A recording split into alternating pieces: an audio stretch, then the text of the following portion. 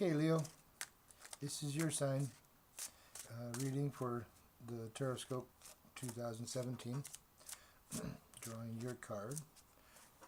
We've already laid out the cards earlier for the year 2017 in general, and this is how it applies with your energy. This is, of course, is a generalized reading. Not everything will apply to everybody. Some will and some won't. Some. If you want a personalized reading, you can contact me, and I'll give that details up a bit.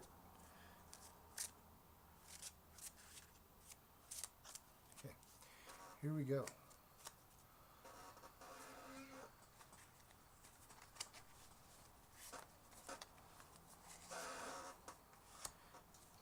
That's a wonderful card. Ten of Cups. And my squeaky chair. So, anyways, Ten of Cups. That's how that applies. Okay, now, with your energy, pride and proud to be, the, what do you call it? I'm stumbling, I'm not sure why. This is terrible. Anyways, here we go. I thought I was ready for all of it. Ten of Cups, though, and as it applies to you and your energy, the fire sign, Leo, proud, protective, nurturing, home, okay, all of this kind of stuff, provider. Ten of Cups is definitely an energy of you in that respect. It's cups, so it's a water sign card, but a water element card. But the Ten of Cups, as it applies to you here, the gifted, all gifted. How does this? All things are possible. That potent energy of the all gifted, like I said, looks to me like a lot of your focus, to me, in my opinion, is going to be on that contentment, on finding that peace, that place of rest where you're tired of fighting, and you just want to relax. I guess is kind of what this is. The Ten of Cups. There's not a whole lot for me to say in this. It's a place of inner peace, inner contentment. Okay, not some. It can imply the external, as in everything's come together. You've got the relationship you want. You've got the family you want. The kids, the house and the home, and everybody's happy and healthy there. But so much more than that, on a deeper level, the Ten of Cups talks about being content inside of you with who you are. So even if you're single, the Ten of Cups can very much still apply. It's in some respects that it does talk against the prideful nature of and protecting of Leo, in that it's at peace. It's the laying down of the sword, laying down of the shields, laying down silencing the roar.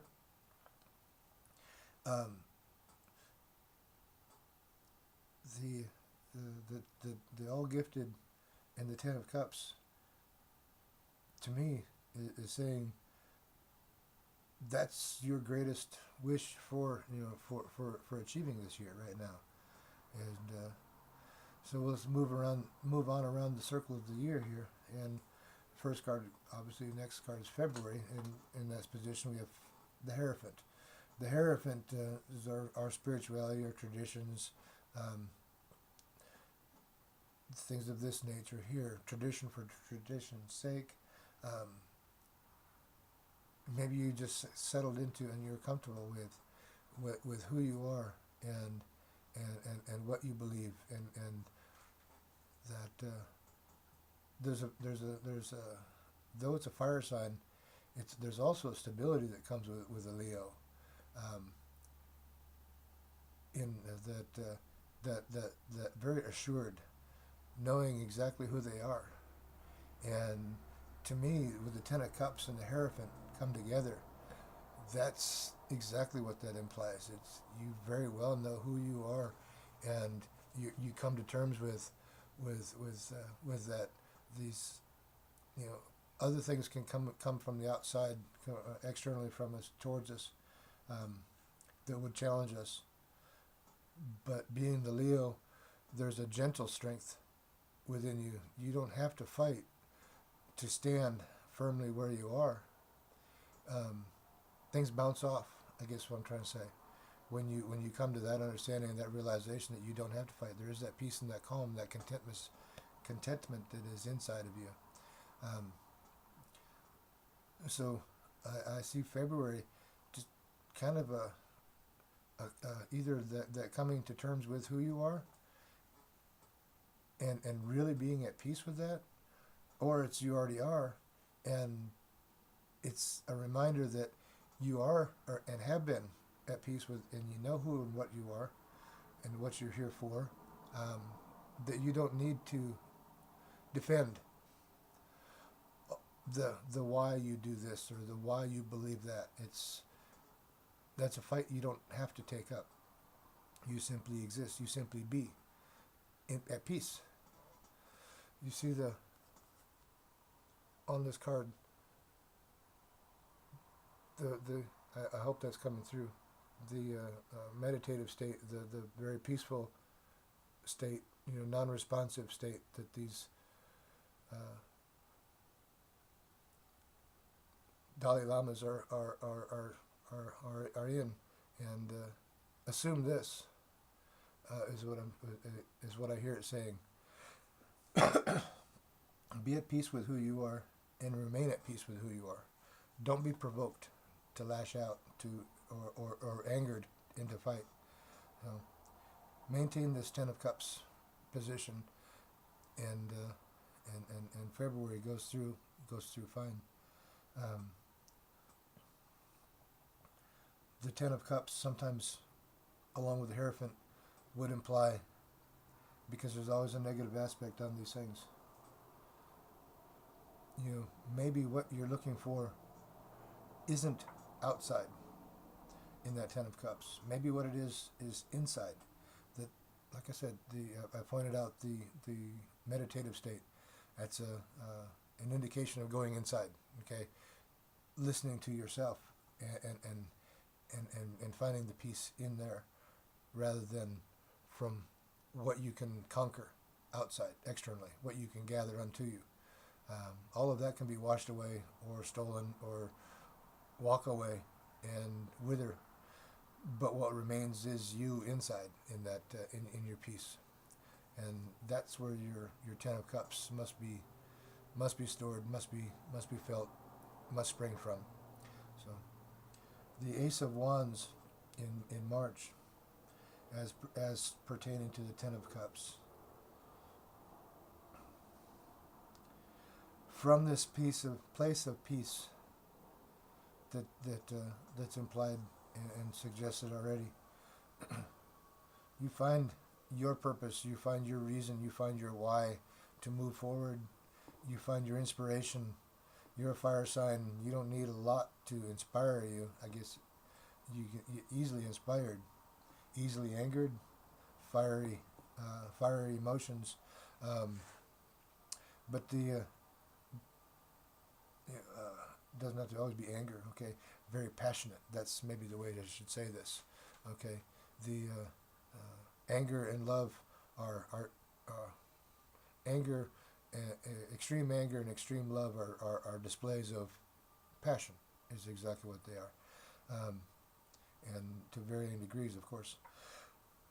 You find this peace. You can become very passionate about this peace. You find this Ten of Cups that is you for this year. Maybe this is your passion to find this. You are very passionate about love. You're very passionate about home. Very passionate about who you surround yourself with. Maybe there's a new spark of there is a new love. There's a new meeting taking place, If you're already involved in a relationship, maybe this, or marriage, maybe this is going to heighten.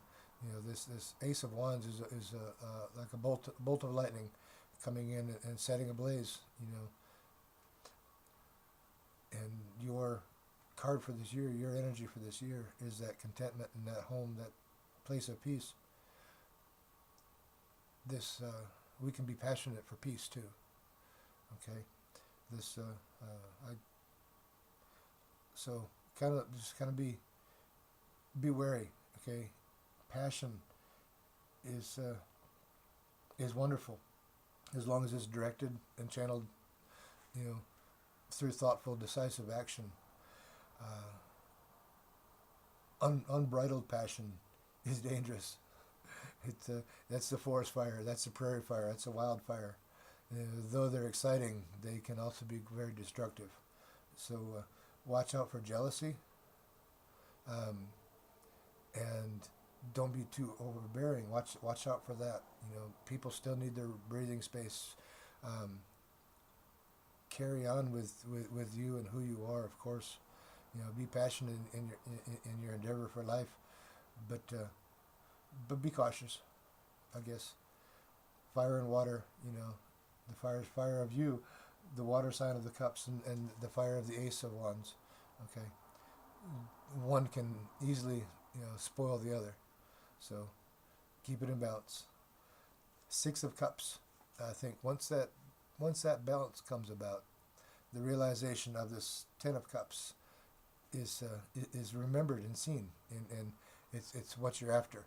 Okay, I'm thinking that March could probably be a little bit of an upsetting month for you in that, but come April, the realization is that, okay, maybe I was a little bit overzealous, maybe I was a little bit too pushy, or maybe I was a little bit too angry, maybe I was. You get my idea, and that calming a little bit in the Six of Cups, remembering why you're doing what you say. I told you, before, you need to make sure you remember your why. Okay, about what you're doing and what you're passionate about. Okay, remember these things. The Six of Cups is that reflection on what makes you happy, what Ten of Cups means to you. Okay, and what that includes and what that doesn't include. So it's a comparison. We learn by contrast. It's a fact of life. Okay, we've got to deal with the bad to appreciate the good. Okay, and so we move on to May and the Six of Swords, and there is that shedding of the Six of Swords is letting go of what no longer serves us. Maybe it's this coming to terms with and putting aside an overzealous or jealous or easily angered condition. Okay, and only keeping the good. Visualize what you want to be. Visualize who you are, the greatest version of you. And what doesn't fit, leave it behind. Okay, Eight of Pentacles in June. Okay, I believe that's that mastery. Mastery takes work, and changing ourselves for the better is always work. Okay, changing ourselves for the better is organization. Okay, it's building up. Tearing down is entropy. Okay, lack of focus, lack of attention, lack of anything, lack of everything leads to entropy, which is easy. That happens all by itself. It's the building up that takes the work, and the creation takes the work. This is the Eight of Pentacles, and that mastery is self-mastery. So keep a hold of, but as you master the lessons, they do become easier. It becomes forming new habits. The old habits that we had to work to push away no longer are there. So keep at it. Remember your why. Revisit that Six of Cups, and remember the Ten of Cups, which really is your ultimate passion. Okay, that contentment, that feeling needed, feeling secure, feeling included, feeling connected. So moving on from Eight of Pentacles in June to Three of Pentacles in July. Three of Pentacles.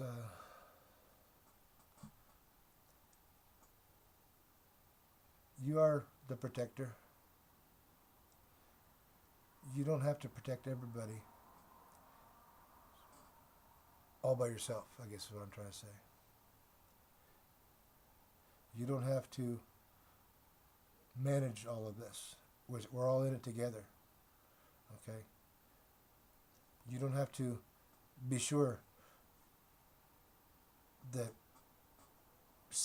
whatever somebody does their particular part. Okay? You don't have to. I guess what I'm getting off that from the fiery energy of and the direction that the cards have been going. Be careful of a micromanagement situation, and let everybody do their piece, do their part, and things mellow out. Okay, the Ten of Cups scenario follows effortlessly. Okay, by giving up the fight and the controlling, remembering that everybody's an integral part. Everybody has their place and needs to do their place, their work. They're at peace. They're at comfort. They're not fighting you. As you let them do their parts, you don't assume as much either. You can relax a little bit, and peace ensues. So, moving forward, the Ace of Swords. Maybe it's that epiphany that come from in the Three of Pentacles in July, towards what true happiness is, what true peace and true contentment is, what your maybe it's a new vision of what the Ten of Cups is. Maybe you're in a marriage right now, and this marriage is one of maybe a dominance, not a coming together in a as equals, I guess. Maybe the Ace of Swords is that giving somebody else their credit and their rightful place beside you. Whatever relationship this applies.